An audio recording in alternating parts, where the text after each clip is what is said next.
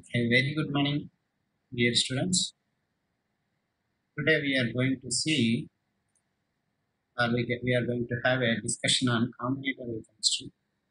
Of course, I have discussed about this combinatorial chemistry in few classes in our classroom on the board. I want to review those classes again one more time, and then we will have some introduction and a fresh review on the presentation. Then we'll go to the next classes. Okay. So let me show you the syllabus what is there in your this final semester, MSc final semester. Here is the syllabus that you have in your combinatorial chemistry. We have some definitions. We need to learn some definitions regarding combinatorial chemistry. And once it is done, if you are familiar with all the terms and terminology that are used in combinatorial synthesis, we will be going into the details of solid phase techniques. Actually developed by the Merrifield, and later many people involved in this solid phase techniques development for the combinatorial chemistry. So all those developments we will see once again, and then we'll go to the parallel synthesis. This is also I discussed on the board in the classroom few days back, but again I want to go with some animations. We will see some here, then we can have better understanding. Later we will see mixed combinatorial synthesis also, and few more things, important things. That methods we have to cover. These are not covered in the classroom. That is methods in deconvolution and examples of combinatorial chemistry and planning and designing of new combinatorial synthesis. These are very important topics that are in terms of examination point of view and also for your research field. So before going into the details of this combinatorial chemistry, why we need combinatorial synthesis or why we need combinatorial chemistry, let me explain that one in a brief overview. See here, this is a drug discovery and development process. This is a timeline actually. This graph is showing as a timeline for a development of a new drug. Usually it will take about 14 to 15 years to invent and bring into the market of drug market. We need approximately 14 to 15 years. If you see more clearly, this involves several steps. The first initial step is synthesis of several compounds, and then screening for biological activity. If they are good, then try it for clinical trials, and then go for the approval with the FDA. FDA is Food and Drug Administration, which is present in USA. So it is going to approve if all the criteria is fine. Then the FDA is going to approve the drug. Then that drug can be used in the market. If you see the first step, we need to synthesize thousands of compounds and then screen all those compounds on biological organisms for a particular disease. You select some disease, and for example, the current world problem is coronavirus. Let's say you want to find out a new drug for the novel coronavirus. Then you need to synthesize thousands of compounds. You try all of them on that coronavirus in a lab, actually, not directly on the humans, but in a lab. You isolate some cells, and in that the coronavirus will be there, and you add your compound, the newly synthesized compound, what you are expecting should have some drug properties. Add to them and then try whether they are able to kill that virus or not. This is just for easy understanding. I am explaining in this way. If it is working fine, let's say you select, you have synthesized about 1 lakh compounds, and from that you selected 10,000 compounds which are working moderate from moderate to high level. Then select those 10,000 compounds and try again screening on like small animals like rats and monkeys and etc., and find out the best 250 compounds among these 10,000 compounds. So now you have 250 different compounds, and you try in a higher order animals like monkeys and etc. Again, from that you selected five best compounds which are showing best activity towards the corresponding disease. Now these five compounds will be trialed on humans in a different levels. They are called phase 1, phase 2, phase 3, phase 4 clinical trials. And if those five drugs are successful, or if you are able to make a success with one compound at least in these four clinical trials, four phases of clinical trials, it is actually takes 7 years. So why this 7 years is needed? Because you need to identify not only just curing the disease, you need to identify whether there is any side effects with the drug or not. So this takes some time. So this is what the time is going to take, approximately 6 to 7 years. So after doing all this, FDA will verify whatever you have done so far from the beginning to the end, till phase 4 clinical trials, and will finalize one best drug from that. So this is how the drug discovery process. So anyway, from here to here, this if you see the violet color and red color one, this takes nearly 6 to 7 years. So this is fixed actually. All that, if you want to develop a new drug, it requires nearly 13 to 15 years, and in that 7 years must it will take.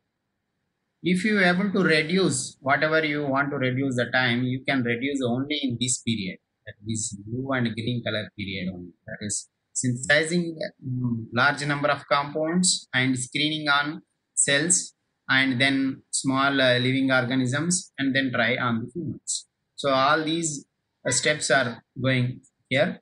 So in the first two steps, synthesize some compounds and try on animals. So if you able to reduce the time in this period, then you can reduce your overall period of drug discovery time.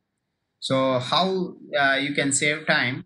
See, anyway, when you are trying on animals, this takes anyway time, nearly 1 to 2 years, with various levels of clinical trials. These are called pre-clinical trials. Try on small animals like rats and so on, and then go for the monkeys and etc., and then go for the humans. So this is all a stepwise process. So before going to that, I want to synthesize, for example, a 10,000 compounds. One person is synthesizing 10,000 compounds. If I say only one step for each compound is required for synthesis, then 10,000 compounds you want to synthesize one molecule per day, it requires 10,000 days. So an industry, if they want to develop a new drug, with one person they cannot run this whole drug discovery process. For example, if they recruit 10,000 people, then it will all 10,000 molecules can be synthesized. If synthesis step is only one, can be synthesized in one day, then you can go here. So but it is not possible actually. Most of the compounds requires at least 10 steps or more than 5 steps. So in that case also, it is difficult to recruit 10,000 people for an industry and cannot spend more money. So if you want to synthesize a large number of compounds, it is quite difficult, and it will take huge number of days. So to reduce this part, if you develop a new technique where you can synthesize more number of compounds in short period, that will save a lot of time. So to solve this particular step, to solve the problem in this particular step, the synthesis of large number of compounds can be achieved with a new type of synthesis, that is uh, combinatorial synthesis. Yeah, normal synthesis, all that way you need to synthesize, you have to take one starting material, add some reagents, and then you end up with your product. There may be involved several types of steps, and this is a stepwise method, and every time you can synthesize only one compound. And combinatorial synthesis, using one defined synthetic route, you can synthesize many compounds in short period of time. That is how this combinatorial synthesis came into the leading in the current medicinal chemistry research. Let me show you some introduction regarding combinatorial synthesis. What is combinatorial synthesis? Combinatorial synthesis is a automated synthesis of large number of compounds in a short period of time using a defined reaction rule. What I mean to say here, first you select some reaction. Let's say you want to select a Suzuki coupling reaction, and this is a defined rule. Suzuki coupling is a defined rule. Using this one single reaction, this is one step. Let's say my reaction, my product, desired product involves, for example, uh, 10 steps. Okay, the first step is Suzuki, and second step some other etc. steps are there. So first you select a sequence of reactions and fix that one. Try in making. See, I want to make a huge number of library of compounds. That how you can make is that at the end, whatever you get that final product, that core structure you are going to select, and you change the substitutions on the molecules, then that particular compound biological activity also may change. So if you want to try for example, 10,000, you want to synthesize 10,000 molecules, but all 10,000 are having same type of structural backbone, and you want to synthesize all these 10,000 molecules, then all those things may involve same type of reaction. So those compounds you select first, which are involving in a same type of reaction. Try to perform all same type of reactions in one reaction result. So in one reaction result, you are going to get a large number of molecules. So this is what the combinatorial synthesis. Combine all the starting material, combine all the reagents in one part, and then make a huge number of molecules in a same reaction vessel or same type of reaction vessels, different vessels also. So in one short period, one person can make a huge number of molecules. This kind of method is called combinatorial synthesis. It's a combination of various starting materials and various reactants with defined systematic route. So this is what combinatorial synthesis. Coming to the another important terminology, that is parallel synthesis that we are going to use here. The parallel synthesis, we have several reaction results kept in one place. Okay, all of them may involve same type of starting material or a different starting material, and you are going to add same type of reagent because, for example, all of them I want to use only single type of reaction, like say Suzuki reaction, and I want to make 10 different types of products. So in each reaction vessel, let's say each RB flask, different starting materials are there. All are ready to undergo Suzuki coupling. So you are going to add corresponding reagents in each RB flask in a simultaneously same time. So this is called parallel synthesis. You are going to start 10 different reactions parallelly on same time, because all of the RB flask requires same reagent, same reaction condition. So in that case, your final product synthesis is easy. Let me tell one more time with a different example.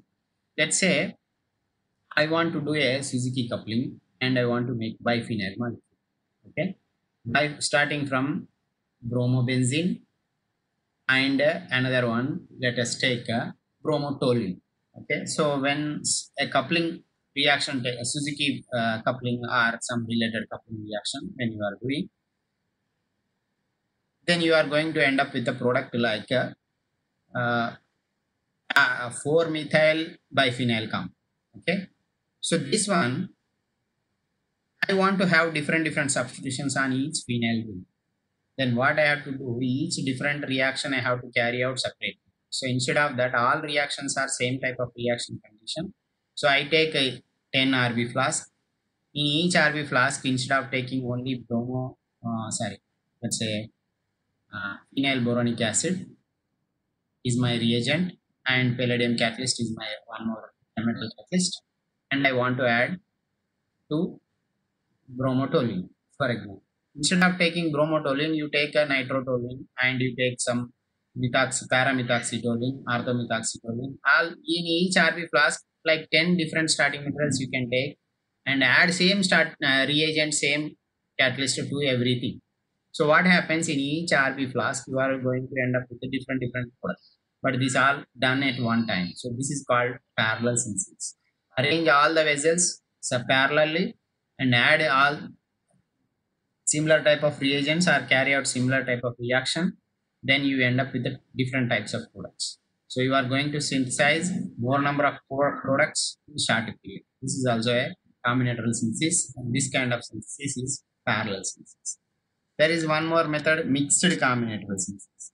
This is slightly different from parallel synthesis. In a parallel synthesis, each reaction vessel you have different product, so you are going to end up with a pure product. After finishing your reaction, you are going to end up with pure product. So pure product is formed in one reaction result. Coming to the combinatorial synthesis, as I told you, different starting materials you are going to take in different RB flask in parallel synthesis. Here what we are going to do, all the starting materials are taken in one RB flask. Add one type of reagent, only one type of metal catalyst, all starting materials will react. So at the end, all products will form, but in one RB flask. So this is called mixed combinatorial synthesis.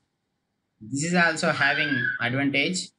When you do this, you don't need to purify your compound, the mixture of compound. The whole mixture itself is screened for particular disease.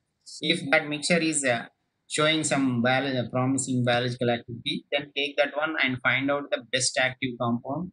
And this is how you can find out the lead compound. Lead compound means the most active compound or the most active carbon skeleton which you require for further modification. This is called lead compound. So this mixed combinatorial synthesis is particularly used for identification of lead compound.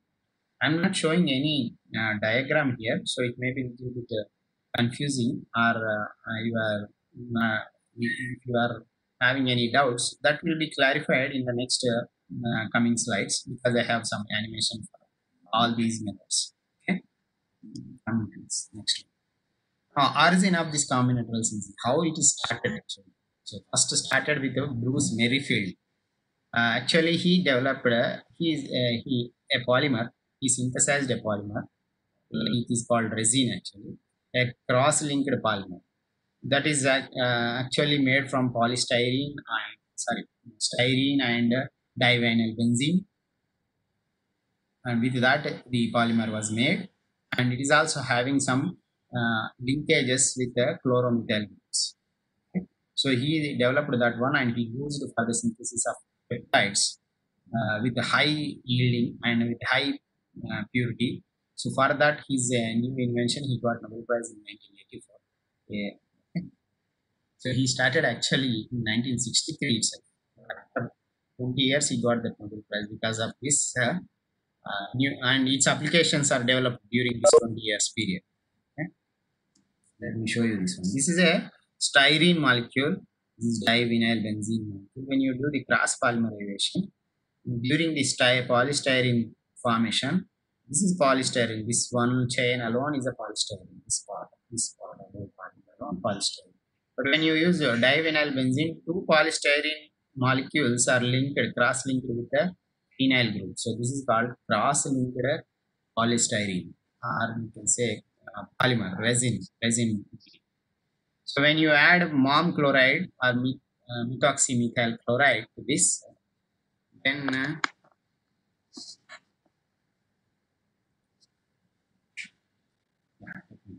so when you add methoxymethyl chloride in presence of a Lewis acid, so that chloromethyl group is introduced on the phenyl rings. So this is same like your alkylation type reaction. So a chloromethyl group introduction will be taking place on the polystyrene beads. So this particular group is needed for attachment of your starting material to the resin bead. So in all these whatever Bruce Merrifield developed in solid phase peptide synthesis, we are going to add our first amino acid to this particular group, and then carry out on further modifications and make a polypeptide. So with the help of this resin bead, you are going to synthesize on this solid support. Resin is a solid. On this solid support, we are going to synthesize the peptide molecules, long chain polypeptide molecules. So this is called solid phase peptide synthesis.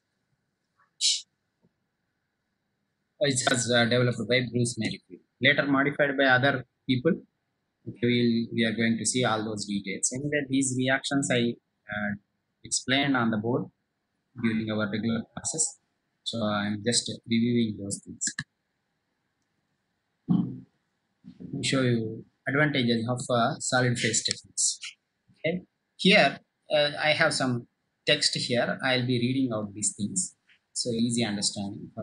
So reactants in this solid phase techniques, our reactants, the starting materials, are bound to polymeric surface. What was just now I shown there, that place, my starting material will be binded. Then still it is attached. During that time only we are going to modify. That means we are going to add another amino acid, another amino acid, another amino acid, and make a polypeptide. So after finishing your required peptide synthesis, required amino acids attachment, then you can break that linkage with your resin bead and your starting material, so that you can end up you are going to release your newly synthesized peptide. So this is what process involved in the solid phase techniques. The advantage regarding this, it is specific for different reactions. So each resin bead will have uh, different properties that can be utilized only for synthesis of particular type of polypeptides. And another one, so you are not going to make a mixture of, you are not going to get a mixture of products during this solid phase technique. So if you are wishing to synthesize, or if you are willing to synthesize only one type of peptide, that is with high purity, it is very easily possible in solid phase technique. That is the main advantage. Now beads in this method, there is a process actually. Beads can be mixed with your reactant starting materials in the same reaction vessel, and products are formed with a different distinctive for each bead and physically distinct. This, what I want to say here is, if you want to synthesize different products, then you can use different polymer bead and attach you different starting materials. So each bead will have different starting materials, and then you can use same type of another reaction course and carry out. Finally, after finishing all your reactions, take out one each bead separately and separate your product. Then you end up with high pure product. But in each bead, on each bead you will have different products. So at a time, in a short period, several number of different products can be synthesized using different beads with the same type of reaction. So this is called combinatorial synthesis. So that is very easily possible in solid phase techniques. And here only the problem is that you are supposed to use excess reagents, but using excess reagents is also advantage, because the reaction completely converts. If you take your RB flask and do a normal solution phase chemistry, most of the times 90% or 95% only reaction happens. So remaining 5%, your starting material doesn't react, or it may go to some byproducts formation and etc. So thereby you lose some yield of the final product. But that is not going to happen in solid phase synthesis. So this is the main advantage. So these are all the advantages. And another important advantage is automation is possible. So robots can be used to carry out reaction. You don't need to stand physically, and you don't need to carry out this one. You just give some commands to the computer, it will automatically mix when to mix the starting material. So all those things it will be mixing, and finally you will end up with high pure compound. So this is the major advantage with the solid phase techniques. Okay, let me show you some next slide. Just a minute. So these are the main requirements for the solid phase techniques. What are the requirements I want to show here? All that you need for this technique to be used for synthesis of a compound, you need a resin bead, particularly functionalized on that resin surface, which can act as a solid support. And you need another part, important part, anchor or linker. So this about this terminology, I'll explain in the next slide.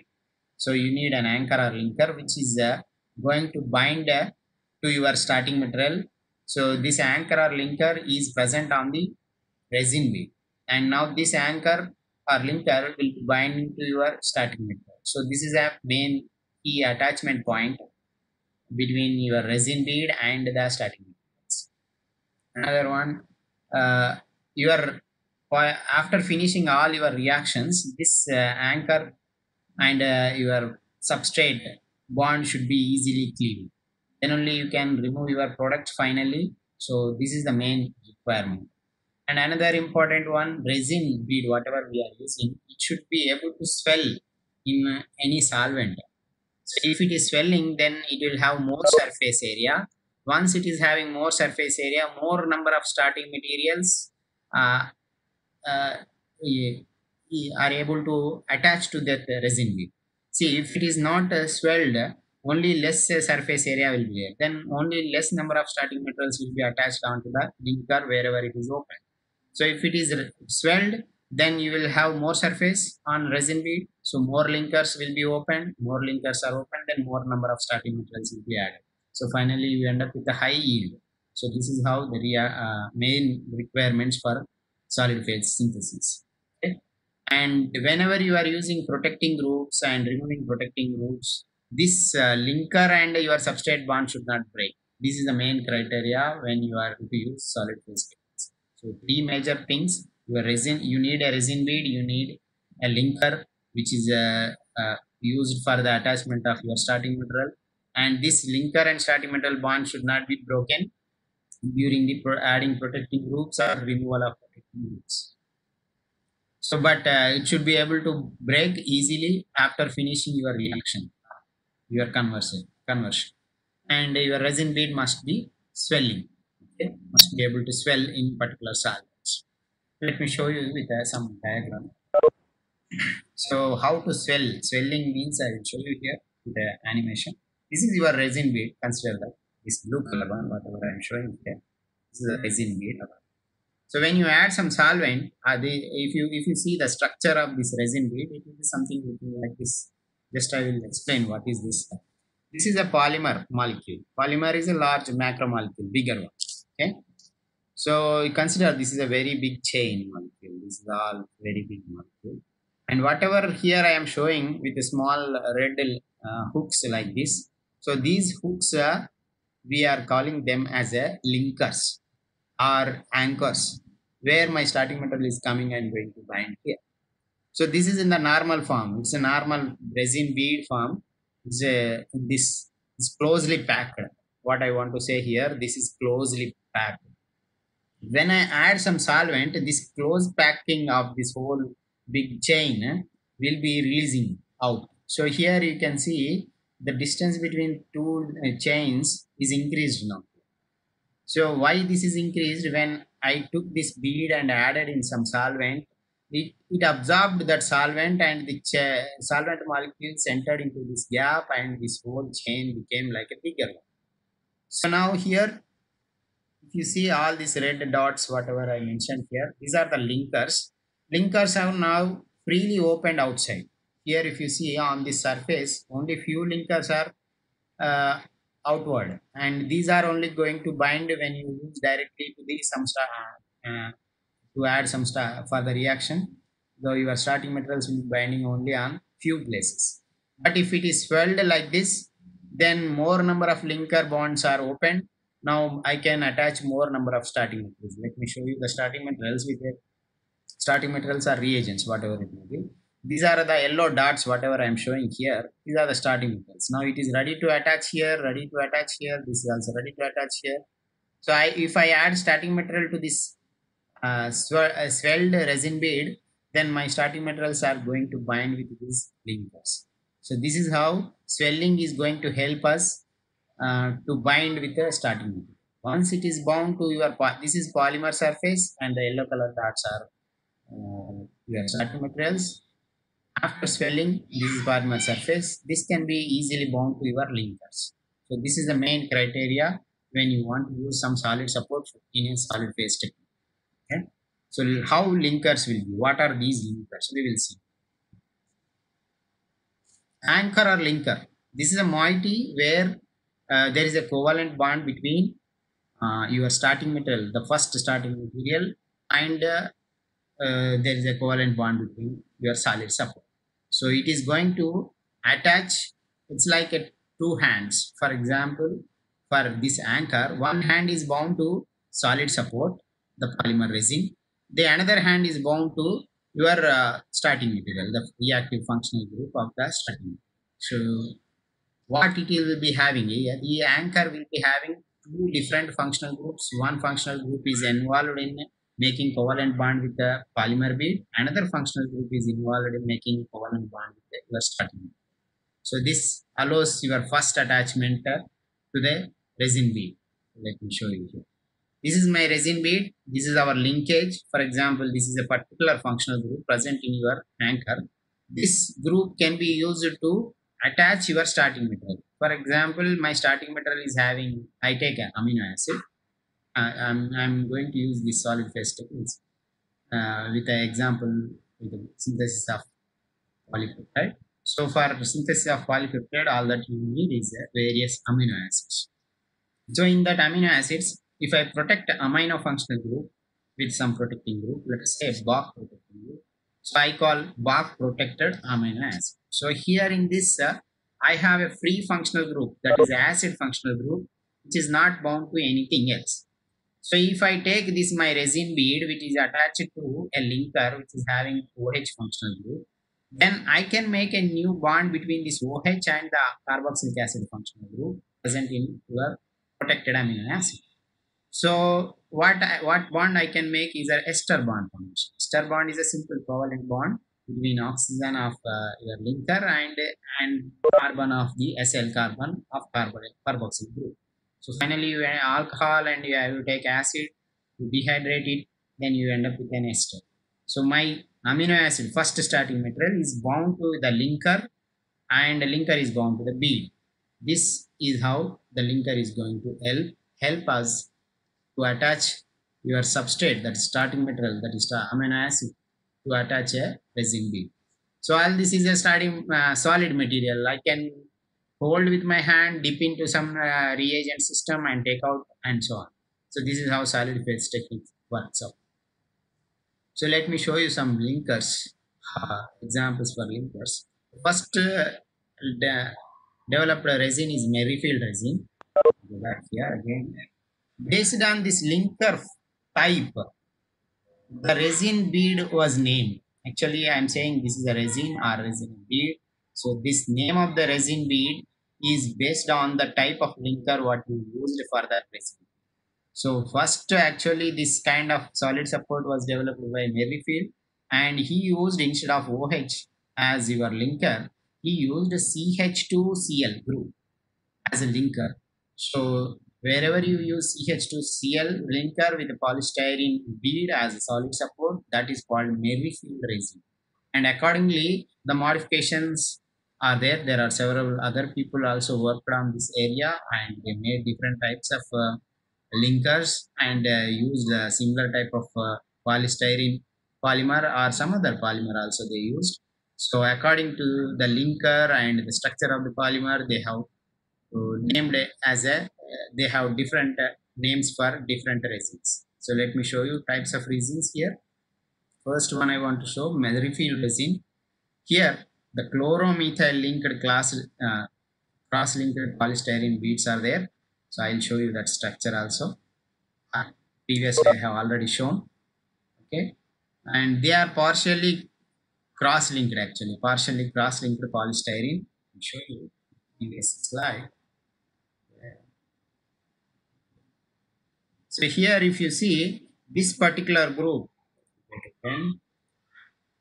this particular group is our linker. This is linker. Okay.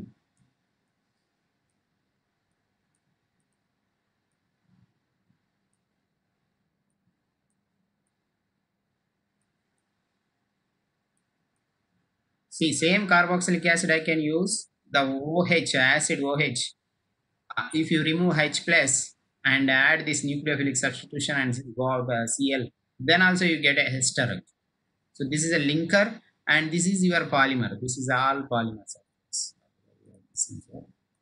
This is all polymer, cross-linked polymer, and there is a linker, that CH2Cl group is a linker. Wherever you have CH2Cl linker, then that is called actually Merrifield resin. This is Merrifield resin, what I shown here. So let me show you Merrifield resin.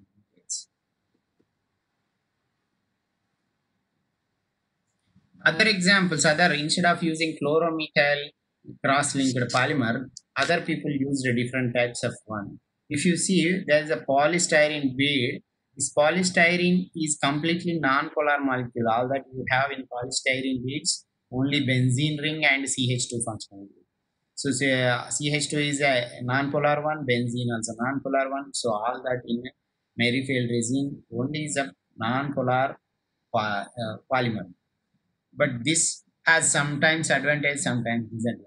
When you have a long chain or bigger polypeptide synthesis you want to synthesize, during that time this, because of the hydrophobic repulsions, because you see polystyrene is non-polar, your peptide molecule newly is constructing, that one is a polar one. So you polar dissolves in polar molecules, non-polar dissolves in non-polar. That means non-polar cannot attract your polar group. So when you are synthesizing a polypeptide molecules, this non-polar is going to repel, and finally there will be a peptide folding during the synthesis polypeptide, during synthesis of polypeptide. So that is why in such cases polystyrene beads are not much used. You need some other type of solid supports which are polar in nature. So for that, Shepard developed polyamide resin. It's more polar. There are other types of variations, and like with the different types of polarity changes and chain lengths, and to support many type of everything is having some advantage. I will show you in each separate section. There is called another important resin, pentazole resin. This is also having same type of environment like PHF, tetrahydrofuran. The most common organic solvent is actually polar solvent. You want to have this kind of polar nature, and also you want to have polystyrene like polar non-polar nature, that is there in pentazole. So there will be a non-polar group, and also there is a polar group like this TH. So altogether this is pentazole. Another one is Wang resin. This is only based on the linkage. We are also having same type of polystyrene beads, but linkage is changed. Instead of chloromethyl group here in Merrifield, you change that one into hydroxy just before I shown with hydroxy. That is called Wang resin. Instead of hydroxy functional group, if you use a amine, that is called ring resin. Instead of amine, you have some kind of PHF type of one. Then that is called dihydropyron resin. See, THF protection group, THP protection. I already discussed in protecting groups. So you use a dihydropyran for THP protection. So the same kind of method is used in this, making dihydropyran based resins. And many things are there like this. Let me show you one by one. A Merrifield resin first for the peptide synthesis. I am going to explain all these solid phase techniques with the help of peptide synthesis only for the peptide synthesis. Let me show you here. This is the red color one, whatever I am showing here is a resin bead. This is a polystyrene molecule. This part is a polystyrene. So in that, just before I have shown Merrifield resin, there is a linkage like here benzene and one CH2Cl linkage. So this is our linker. This whole part is linker. There is some spacer. We call actually, there are two parts. This is active functional group and this is spacer. Spacer means there is a gap between this active functional group which is involving in reaction with your starting material and your resin group. So this particular part is called a spacer. This part from here to here is a spacer, and this is the active function, or you can say directly as a linker. So together, or this I call anchor. This is anchor. Anchor. Here I am not writing full spelling. This is spacer. SI, which you can write down in your notes. This part is a spacer and this part is anchor. Together, all this together we call as a linker. Or I can call this whole part as an anchor also. So every linker or anchor will have this kind of two parts. The space between this your polymer, this is polymer, and your active functional group is small, only 4 carbon space. 1, 2, 3, 4 carbon space. So because of this, there are more hydrophobic or you can say polar. This is non-polar and this polar repulsions will be always present during the polypeptide synthesis. To avoid this, what you need to do is the spacer size you can increase. So with that modification, also different types of resins are. So, but this is a basic resin that is developed by Merrifield. So in a Merrifield structure, it will be like this. Okay. Going to the next step. This is my amino acid protected with Bock and protected amino acid. When you react with this, so OH, let's say OH, when you add base, O minus, it will become O minus on nucleophilic substitution, you get an ester. Yes. So your Cl is gone out, H is gone out, HCl. So finally you have an ester linkage with your polymer. This is a polymer and there is some spacer, that is linker. Let's say linker is attached to your function group, one function group here. All that I want to say, for linker, one end is attached to your starting material, the other end is attached to the polymer. Okay, this is polymer or nothing but a solid. This is solid sub. So this is how your first starting material is added to polymer sub. Dissolve polymers. Coming to the next step, what I need to do, I want to make a polypeptide, then I need to remove this Bock protection, then I can add some other functional group here. Let's say D protection. For a Bock D protection, you can use TFA, or you can have several other reagents, of course.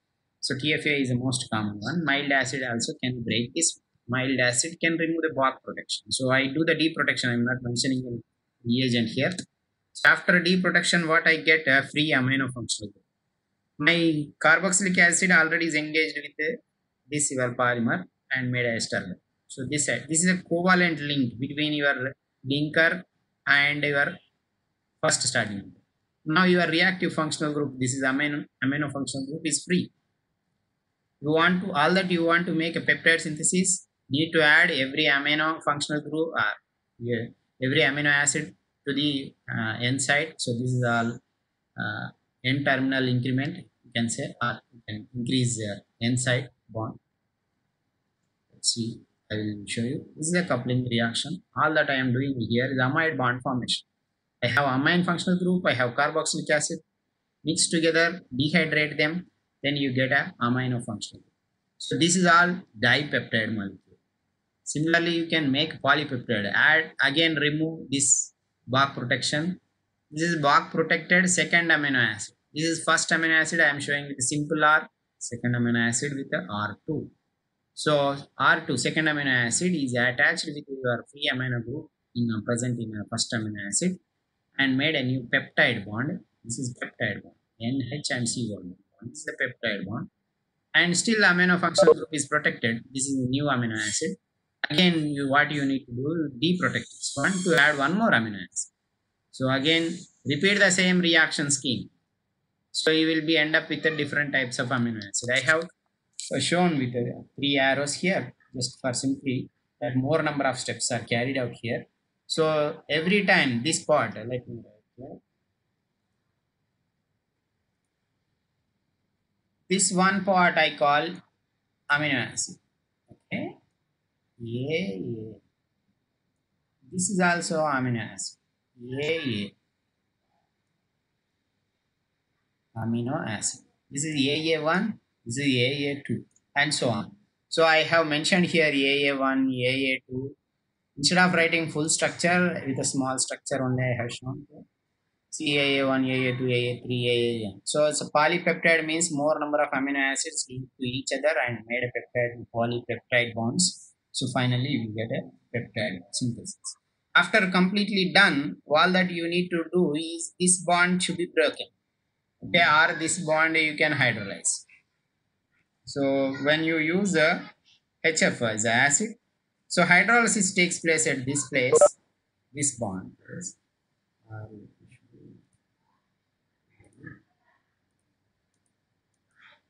So when you do a hydrolysis, ester hydrolysis, basically this bond breaks.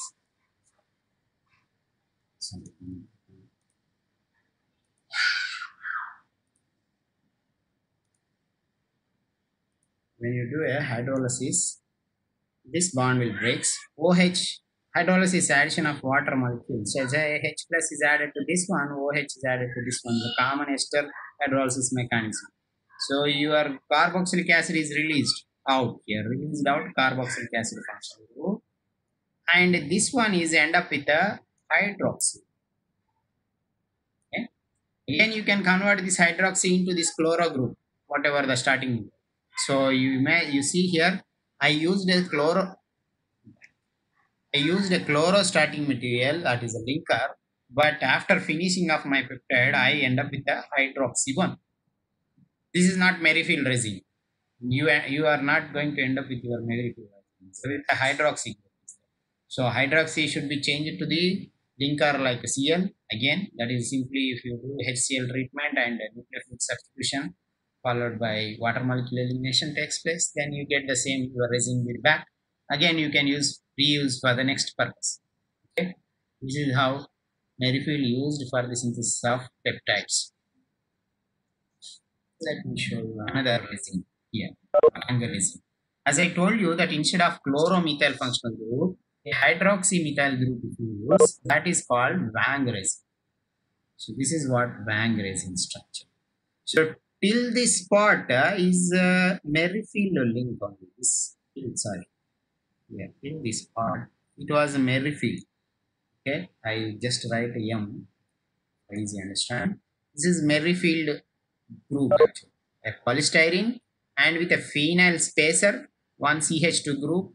There was a Cl actually. When you see Merrifield resin, there was a Cl. Here, this is a Cl. So this is a Merrifield resin. All that here, Wang, how he changed, he removed the Cl and he added this whole new group. This group. I'll show you the color. So this group is newly added. The green color, whatever I am circling, this group is newly added. Why this? What is this advantage of this one? Here OH group can make easy esterification with corresponding carboxylic acid. I take a methyl chloride and do esterification. It takes a little bit slowly, process will be slow. But you take a hydroxy functional group and take an acid functional group, esterification is very easy. Another advantage is the gap between this is non-polar, and your next amino acid, polypeptide, whatever it is, that space is increased. This spacer is increased. This whole is a spacer. Okay.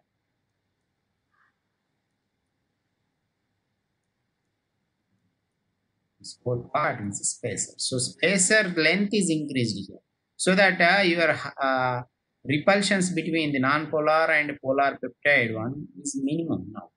So this is the advantage with the Wang resin.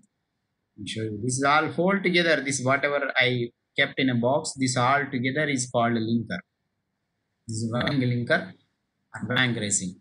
So remember this structure and you write down your Wang resin structure in the notes. We go for the next one. In a Wang resin, the linking functional group is OH. In Merrifield resin, the linking functional group is Cl. Okay, there Merrifield resin Cl, here is the OH. That's the change. So all that this one in a cartoon way you can represent. This is our polymer part. This is all our linker. Okay. Linker. This is spacer. The blue color one, whatever I am showing here, is a spacer. That is what I mentioned. Spacer. And this is a linking functional group OH. This blue one is a spacer. Okay. Let's go to the next slide. How it can be used in solid phase synthesis. Let me show you. The only thing is simple reaction between again alcohol and acid. In an earlier Merrifield case, you have chlorine and acid. Esterification, ester formation. Here, pure ester formation starting from alcohol and acid. Again, you get ester. Same type of linkage. Like your Merrifield, same type of linkage. Okay. Now again, piperidine, if you use piperidine, the piperidine is a starting reagent for deprotection of FMOC. See here, I didn't use BOC, I am using FMOC because I just want to show different protecting groups, how they can be used in solid phase techniques. Earlier I already mentioned with BOC, so this time I am using FMOC. So for deep protection of F mark, piperidine is needed. For deep protection of BOP, EFA is needed. Okay. So I use piperidine, then deep protection of F mark is took place. So of course I know that you are quite familiar with F mark structure. Otherwise I will show you here at some time. So this is a free amino acid released from your first amino acid. This is AA1, first amino acid. In the last terminology I mentioned amino acid 1. Okay. Now react with another amino acid same way like this. I have amino functional group, amide bond formation, and AA1, AA2, AA3 like that. Same like before in case of Merrifield type. So you have added so many amino acids, 1, 2, 3, and etc. Finally, you end up with a polypeptide. This is all peptide. Peptide.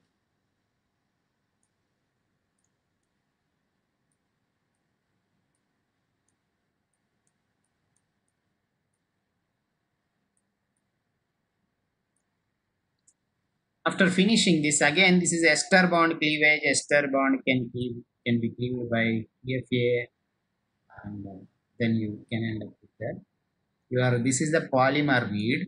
Again, coming back, you started with the hydroxy linker, and you are going to end up with the hydroxy linker. There's a small change between the Merrifield one. Merrifield, you have a chlorine here, but end up with hydroxy. But here, the same starting mineral as it is can be recovered. Again, you have peptide. So this is F mark functional group for your reference. I have shown here. You have a hydrogen here.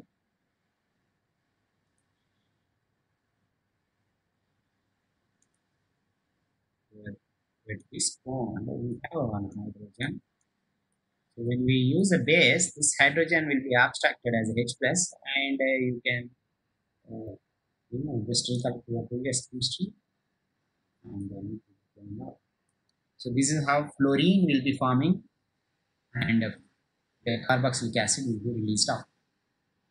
This is for carboxylic acid diffusion. If you have an amine functional group here, according to the amine functional group will be going on. Or here your amine functional group will be. So you started with the carboxylic acid. Again, you end up with the carboxylic acid starting there. Another type of resin is a ring resin for polypeptide synthesis. Okay.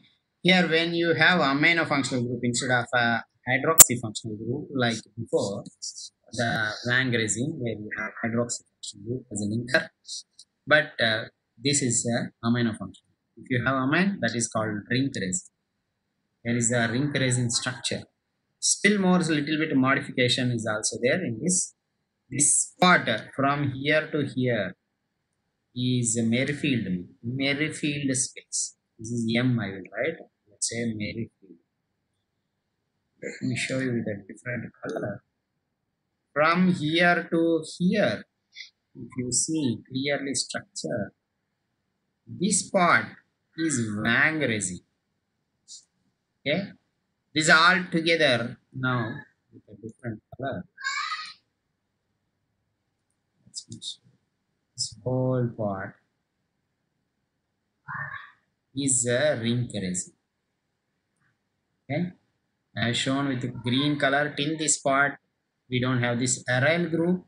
In Wang resin till this part we have a OH functional group here. Now here extra is this. So the spacer size is increased, and this is how our linkage is. So this amino functional group is a linking function. So this is all linker. I shown here linker, black circled one, black box, and this is a linking functional group with blue color I have mentioned. Altogether, if you take in a cartoon diagram, this is our link resin. This is same polymer bead, polystyrene. This is a linker or spacer, I can say. This is a linking functional group, 3 points. Earlier, you have Cl and OH. This time, NH2. NH2 is a ring resin. Write down the structure of the ring resin. Let's see how to synthesize peptides using ring resin. Same way, Instead of OH functional group, I have amine functional group. So when you treat it with carboxylic acid, you end up with a amide. So let us consider this is our amino acid and corresponding that. Okay.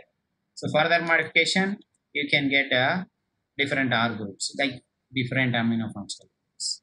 So peptides will be formed. Then once you TFA cleaved, then you can break this bond. Amide can be formed here. This is how. So you started with a carboxylic acid, you end up with a amide functional group in case of ring resin. So that's the difference here. Amide, primary amide is formed at the end. So whatever you make peptide, that one functional group will be not amino acid but with a amide function. So there is another resin, dihydropyran resins. So dihydropyran resin, same as the name is saying. This is a dihydropyran functional group, DHP. DHP protection. DHP is a reagent for DHP protection. For DHP, you already studied the protector. So same type of reaction is involved here. So this is a linker, total linker, and this is linking function. The bond is a linking function here. I mentioned highlighted with blue color. So you see this is a linking function. All that I can show with a cartoon one, animation one, or this is a resin bead linker, and this is a linking function.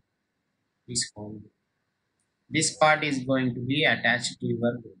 Okay, this group is this part. Let me show you here.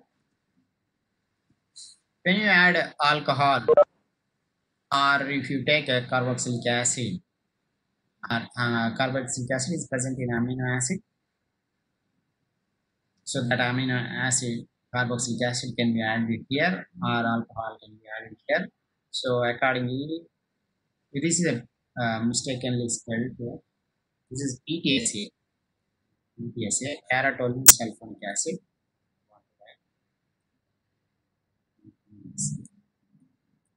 So in presence of anhydrous acid, alcohol binds to this one, and you get a PHP type of protection. Then further modification will give you change of these R groups. That means you can increase the chain length, and after finishing, just add a TFA acid in presence of water. So this bond will be released out. Then your alcohol is ready. So you started with alcohol, you end up with alcohol, but a different alcohol. Okay? So this is how modifications can be achieved. This is dihydropyran. Another one, Shepherd's polyamide resin. I'm not showing here reactions. This is polyamide resin. This is a polyacryl N-dimethyl acrylamide from acrylamide. This one. So acrylamide on react polymerization. This is a polymer chain. Repeating units. Every time you have functional group, amide functional group. If you see polystyrene, instead of this functional group, you have phenyl. Phenyl is a non-polar one, but here amide is a polar one. So this is a polar polymer. I can change the linking functional groups, add here, and then do further modification. So I'll show you here. This is cross-linked polyamide resin. Again, this is a cross-link. This is a cross-link. This is the chain that I shown above place. This is the chain as I shown here. This part. Same type of chain, one more is here. So we linked with a cross link. Okay. So with a diamine. So it's a cross link. And again like this. So one of the linker, you can have linker like this. So here N protected, there is bar protected linker. This is linker. And show with L. So let us show this is a polymer resin and this part is a linker. Okay. Linker is having Bach protection, B protect, and add your starting material. This is your starting material. It's not a peptide synthesis, but something like that. Let me show you. This is an acid is added here, then you have this. Again, you have hydroxy functional group, same like Wang resin. Then you use this one for polypeptide synthesis from here onwards. So this is all together is our resin. This is Shepherd's resin. Okay. Actually, from here to here, this is a big one. Only polymer is changing. You can see here this polymer and this linker is changed. So that's why this is polyamide resin, Shepherd's polyamide resin. Particularly to control the peptide folding during polypeptide synthesis. Another type of resin is a Tentagel resin, something like that. You have Merrifield resin. This part is Merrifield resin. This part is Merrifield resin, which I mentioned here. But Merrifield resin is linked with a ethylene glycol linker. So from here to here, ethylene glycol. This part, whatever I am circling here, this part is ethylene glycol. CH2, CH2, OH, OH. So ethylene glycol linkages will be there. So you have a long chain from non-polar region, and your polar peptide will be away from your non-polar region. So no folding takes place. This is also used for controlling of peptide folding during the polypeptide synthesis. So I have a resin here, Merrifield resin, and a spacer is a Tentagel, that is a tetraethylene glycol linkage. 4 molecules of ethylene glycols are there. 1 here, 2 here, 3 here, 4. So 4 molecules of ethylene glycols are there. So tetraethylene glycol. So altogether we call Tentagel. So this is all Tentagel. So this is your reacting functional group. Same like a Wang resin. You have OH functional group in Wang resin. So like that OH is there.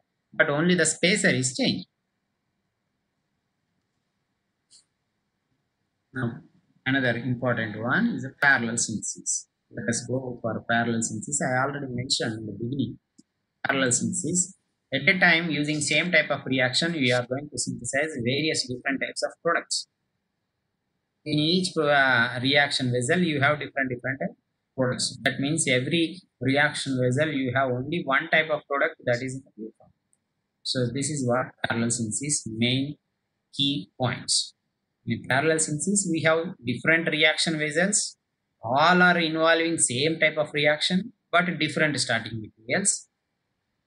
Like Suzuki example are amide bond formation, but a different starting. First you have glycine, let's say. Second you have alanine. Third one is having some proline. All are involving same amide bond formation with a different type of amino acid. So, but every RB flask you have different dipeptide is going to form, and you are going to get a pure dipeptide or pure product. So that is what main parallel synthesis aim. Okay, each identity of each structure is already known. That means every RB flask, what is product is formed, you can already you can guess actually, because your starting material is known. What you are adding to that RB flask is also known. So what type of product is formed is already pre-planned. That's what I want to say. This is mainly used for making of huge varieties of analogs for structure activity relationship studies and drug optimization. If you want to develop new drug and you want to check which type of substitution is best, then you need to synthesize all varieties of substituted starting products and then try for biological activity. So during that synthesis process, you can easily synthesize using this method, that is parallel synthesis.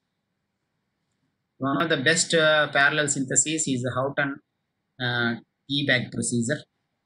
This is first combinatorial synthesis, which was actually earlier whatever you have said. I mentioned that Merrifield resin, Wang resin, all those are used for polypeptide synthesis, but every time they used to synthesize only one type of peptide. When you want to synthesize more number of different types of peptides in a short period, then the first method that used in solid phase peptide synthesis used by is Houghton, and developed a new method. This is called tea bag procedure. As everyone knows, we used to take a tea with a tea bag. See, you take a hot milk and you have a tea powder in one bag, and you dip it. Then all the tea extract from tea powder will be going into the solution, that is your milk, and your milk will become tea. So this is how tea bag works when you are drinking a tea. The same type of method is used for the parallel synthesis, and that was developed by Houghton. So that is why it is called tea bag procedure. So he also used Merrifield solid phase peptide synthesis method only, and he is having each tea bag, different tea bags he developed, and each tea bag is already labeled with a particular starting material. Let's say one tea bag is made with alanine, another tea bag made with glycine, another tea bag made with something else. So like that is already labeled and then dip into one type of starting material. Let me show you those things with some um, advantages. Let me tell you before showing this. This is cheap and easily possible for any lab. Everyone can do, even in a normal without any much advanced facilities. You can do, and cost of the experiment also very less. So these are all the advantages. Let me show you the T bag. This is how it will look. The graph, the boxes, whatever I have shown, is like a mesh actually. It is holding that this is our solid material which you can dip and remove. If, for example, you are holding your hand here, and this red color one is a resin one. I labeled this one with a 22. So this red color, whatever is there, this is a polymer. Earlier I mentioned that polymer, the resin bead, whatever I am showing, that as a red color one, the resin bead is inserted here. So we are going to do the same. Let us imagine the Wang resin. What we are doing, we are taking a resin and add our first amino acid with that, and you are getting carboxyl ester bond linkage between first amino acid or first starting material and your resin. So this is my resin. Let's say I labeled this 22. 22 represents only alanine. Let us consider that alanine. Alanine is having one carboxylic acid functional group, one amino functional group. Let us imagine amino functional group I am protecting with Boc. So carboxylic functional group is free. Now that acid functional group I am binding with a resin, just like before I shown with all other resins. Okay. So there is a ester link between alanine, N-protected alanine, and your resin B. Okay. So let me show you. You dip all those things in some reaction vessel. So where you have in this is this color whatever I have shown, this is a reaction vessel like a milk. This is my tea bag. In this tea powder is there, and there is a milk. If you dip it, all tea extract will be going here. You remove out tea bag, then this milk will be converted into tea. The same type of method we are using. Here one starting material is there. We are going to dip here. N-protected alanine will be deprotected, but ester link between the alanine and this tea bag will be stable, and it will be there like that. Remove it and add another starting material and again proceed. Let me show you with here. Same thing. This is one example. You write down, if you have a doubts, you can write down the slide number. I hope I will try to explain very easily. So this is my tea bag. This one is my tea bag. Let us consider. Okay.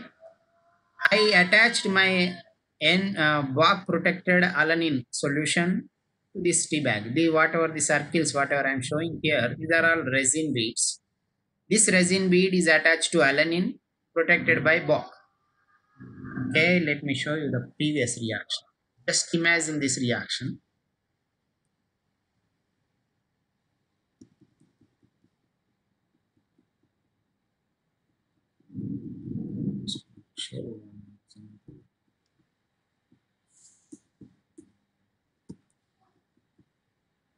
So this example, this first example you imagine. Let us consider this is our alanine. Okay, this is alanine. What I am doing, N protected, Boc protected alanine. Now carboxylic acid is linked with the resin. This is how it is linked. So what I have, this is a resin attached to first amino acid. This is the first starting. Now this one I am taking. Just imagine in your mind or take out a notes and write down this structure. This is what we are going to use. Next one.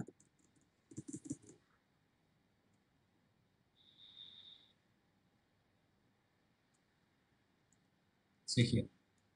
So just whatever I have shown, that structure is there here. Now this is resin bead attached to alanine with protection, Boc protection. Now there is a similar type of, this is labeled with A. Okay. This is labeled with B. B is attached to valine with the same type of protection, Boc. C is attached with leucine and with the same type of Bach protection. Now all of them are having same protection, Bach protection. I want to carry out a dipeptide synthesis or polypeptide synthesis is leucine. Starting amino acid is leucine. Let's say I will write here dipeptide. I want to make with leucine. Okay, this is L only I am writing. Is writing this leucine, and I want to use the next amino acid. I want to link with the amine. So this is alanine. I want to link leucine with alanine. Similarly, I want to link with valine.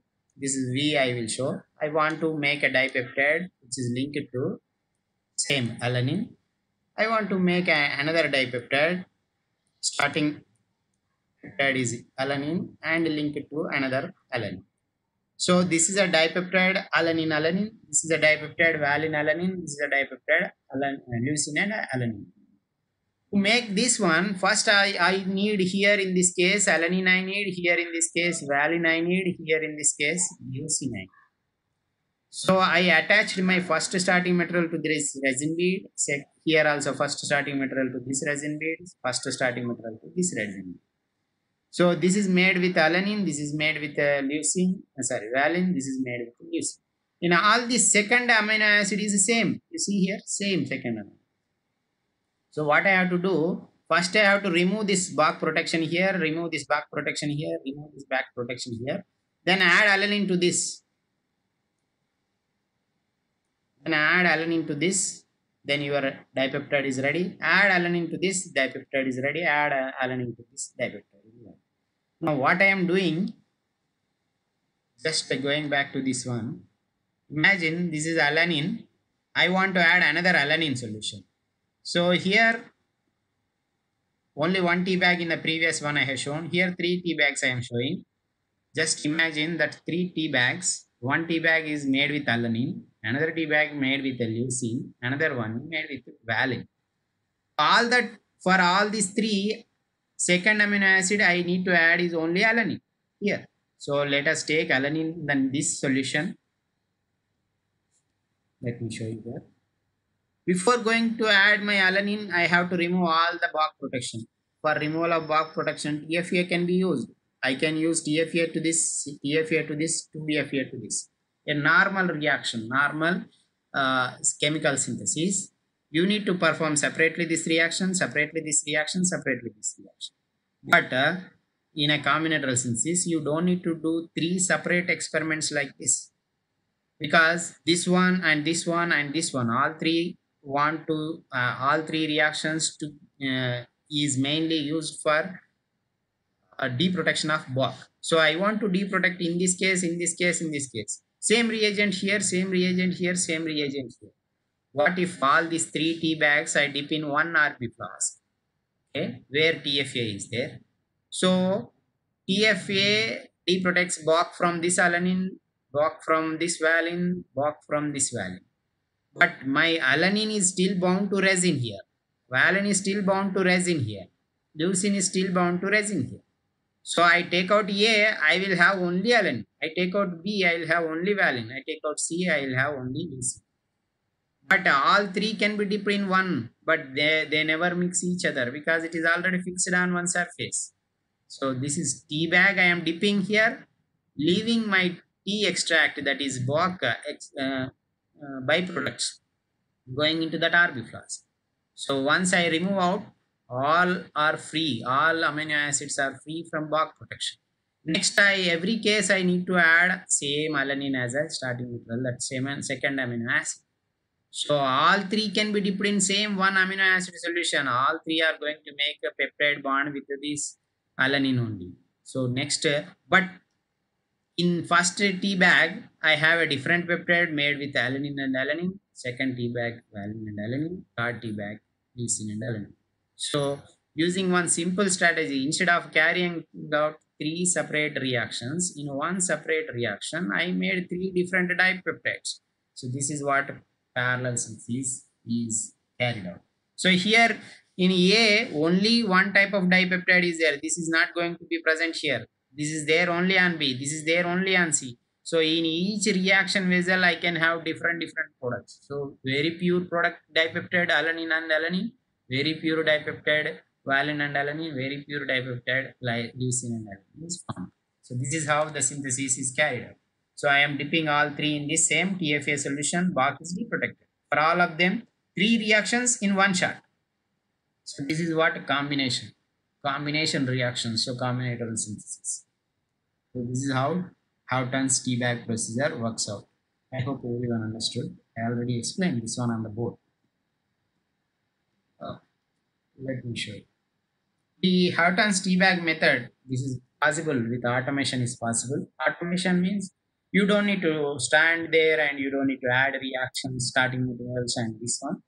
There is a machine, it will carry on the same process. If you feed that method of process in a computer and computer is attached to this machine. So here you can see these small holes are there in this. You can see here. These are all reaction vessels. Let's say I want to have different starting material in this reaction vessel. So I can add each starting material, or you can have a tea bag attached to this machine. It will dip here and removes, dip here and removes, dip here and removes. So every time one peptide bond, every time one peptide bond will be formed. Finally, you end up with a required product. So this is a machine that is used for parallel synthesis, which was developed by is a recent one, automated one. The same Houghton T-bag method can be used here also. This is called automated parallel synthesis. This is a synthesizer. The examination, if they ask, you can sketch this one roughly, like a rough diagram, and show that there is automation is possible with this kind of machine. Let me show you one some more animation regarding this. So this is same like that. The previous one I am showing here. Just imagine this machine, and these are the vessels. This is your machine. Okay. So this is my polymer resins. Okay. And each part is having one amino. So let's say my alanine, just a previous example, alanine is here, valine is here, some other leucine is here. All three you can dip together and remove out, dip and remove out. So same type of reaction you are going to carry out for all three types of products. So that is how a parallel reaction is can be used. So an automated parallel synthesizer is having I shown only three vessels here, but it can be made with like 42 vessels, 96 vessels, or 144 reaction vessels. What I want to say here, at a time, if you use this machine, 42 different products can be made with this. At a time, 96 different products can be made with this. At a time, 144 different products can be made with this. Just imagine first drug discovery process, I need to synthesize 10,000 compounds. If I have this machine, the same 10,000 compounds I can finish in 1 week, because 144 reactions, 144 products per one time. So I use for one day 144 reactions I can use. So I can like within 100 days 14,000 I can finish. So 14,000 molecules can be synthesized in 3 months. So this is how parallel synthesis or automated parallel synthesis, and I can say combinatorial synthesis is helpful in drug discovery process. So you can reduce the time making 10,000 molecules with 20 peoples or that 100 peoples. It may take 1,000 days or 100. You can say 1 year. If you are some people are very good, 1 year you can finish.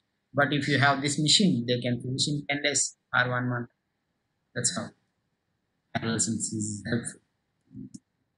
Okay, automated parallel synthesis of tripeptide. We will take one example, then we can understand easily. This is an example of tripeptide synthesis. Some animation. Let us consider these are green. I'm showing here. This is one type, one reaction vessel. This is another. This is another. This 4 reaction vessels only. I'm showing 4 vessels. In all of them, same type of polymer. Okay, this is same polymer. So same polymer involves same type of reactions for linkage of your starting material and for breakage also. same type of reagents for breaking your final product from resin. So that's why we choose the same type of resins. Let us imagine these are the resin beads. These colors, let's say this is blue color, red, and yellow. These two are same type of starting material, this different and this one. So total three types of starting materials I am using. Three types of amino acids I am using, but in four vessels. Let's say I add here starting materials are amino acids. So there is a linkage between amino acid and resin here, same here, same here. So this is, I want to make a tripeptide. Tripeptide, all that I need three amino acids will be present in that peptide. So two peptide linkages will be there, three amino acids makes tripeptide. So how many tripeptides I can make starting from three amino acids? These two are one only, one type of amino acid. So this is one type, second type, third type. So three amino acids, if I use tripeptides, I can make 3 power 3, total 27 tripeptides I can make. For example, each tripeptide requires 1 day to synthesize. So 27 tripeptides, if one person is making 27 tripeptides, he need 27 days. Okay, but that can be reduced by using parallel synthesis. Let me show you. I take 4 vessels at a one time. In 4 vessels, I keep all these 3 materials in this way. React with another different type of amino acid. See here, I am reacting this starting material with this amino acid, this starting material with the same amino acid. But here starting materials are different. So here dipeptide what you get is different from this dipeptide what you get. This dipeptide is different from what you get this dipeptide. So I can get this is a different one dipeptide, two different, third one is different, fourth one is also different. See here, first is yellow color, one second is red. Here, first is red, second is yellow. These two are different. These two are different and these two are different. So, altogether, four reaction vessels will have 4 different types of products, but all of them involve same type of reaction. So, if my machine is attached to this one, and this one, whatever I have shown, so first dipping, make this, second dipping, make this, but all things are done at one time. So I add another third amino acid so that I can get tripeptide. Here this is the tripeptide, different tripeptide. This is different tripeptide. This is different tripeptide. Only 4 vessels I have shown. If I take 27 vessels, because in an automated machine, I have 42 vessels minimum and also 144. Even now I have more 1000 vessels also there. So I take a 27 vessels only among 42 machine. So 27 vessels, 27 different starting vessels, 20 different 7 ones, and again 27 different amino acid peptides will form. So like after finishing, all of them involve same type of reaction to break this one. So same deprotection from or cleavage from your resin bead to tripeptide. So the reagent used for cleavage is same for all vessels. Reagent used for attaching same for all vessels. So all this will be done by machine. In one shot you can get 27 different tripeptides. So this is one type, this is another type, like this. From here to here you have 27 types. So this is in one vessel. This particular one is in one vessel. This is in another vessel. This is in another vessel. Only thing is in this you need to plan on paper all these, where to add, what to add, which amino acid should be added first, which to be next. Like that you have to plan on paper and feed it in the computer. Computer will finish all this reaction. Finally we will end up with the 27 different vessels with the 27 different products. So 27 tripeptides formed in 27 different vessels. So if you take this out, then this is active, then this only you need, all these things can be ruled out. So you want to check all these tripeptides which is more active for your biological activity, then you can find out from one. So synthesis of this 27 doesn't require 27 days. Only in one day you can make all 27. So your time is reduced. In drug discovery, starting from 10,000 molecules, after going to the last step, the clinical trials phase 4, if your all 5 molecules, whatever is selected, are failed, then your 14 years will be wasted. So to avoid that, you need to synthesize more compounds. You need to screen more compounds. So if you reduce time, you can fail very early. Failing early is much better than failing after 14 years. If you fail at 7 years, then you save a lot of money. You don't need to invest the remaining 7 years. So that's how the combinatorial synthesis is going to help us in drug discovery. This is parallel synthesis. I'll go to the mixed synthesis. Okay, I'll stop at this place for today. So mixed synthesis, I will take in the next class. Let me stop here today. More than 1 hour, maybe going. So mixed synthesis will be more interesting than parallel, simple parallel synthesis. We are going to get a mixture of products. So I will show you with more animations and so on, easy understanding. So in the next class, okay, I'll stop here. Any doubts, you can ask me.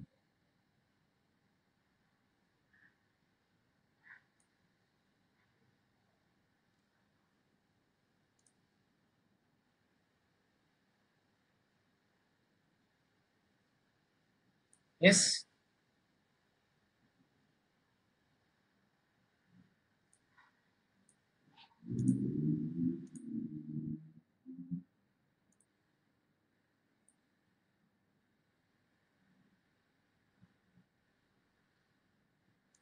Any doubts, students?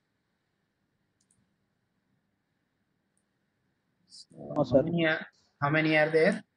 Did you write 11, all? sir. 11. Okay, some people left.